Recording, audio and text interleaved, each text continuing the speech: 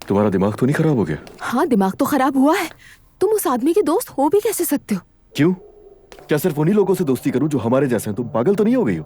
बात हमारे जैसे होने या ना होने की नहीं अजलान, बात उस आदमी की है जो अकेली लड़कियों को देखकर उन्हें घूरते हुए गंदे रिमार्क्स पास करता है और उस पर मेरा शौहर खामोश रहता है। और भी बताऊं क्या?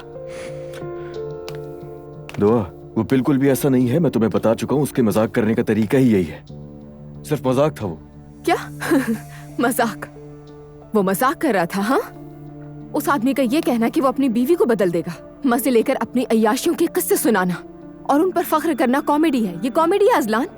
नहीं, मगर तुम मुझे क्यों सुना रही हो? मैंने तो ऐसा कुछ नहीं किया और ना ही मैंने उसे कहा था ऐसा मजाक करने के लिए। अजलान, तो फिर तुम्हें मुझे ऐसे लोगों से मिलवाना ही नहीं चाहिए था।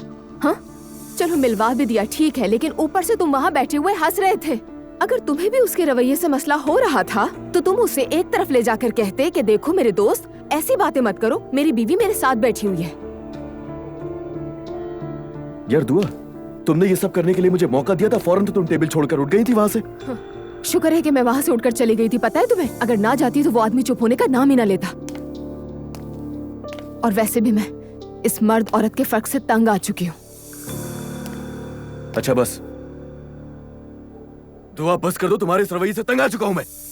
ये हर वक्त जो तुमने मेरे सर पे खड़े होकर ऑर्डर देना शुरू कर दिया ना, बंद कर दो इसे। और दुआ, तुम प्रेग्नेंट हो इसीलिए कुछ नहीं कह रहा, वरना लड़कों को हक करते हुए मैंने भी देखा है तुम्हें।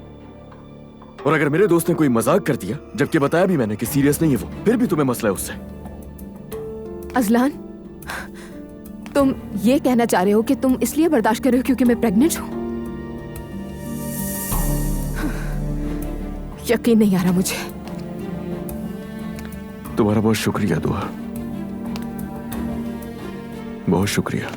पहले बाबा ने और फिर उसके बाद अंकल ने और अब तुमने। बहुत अच्छी तरह मेरा बर्थडे बर्बाद कर दिया। तुम्हारा बहुत शुक्रिया। अजलान,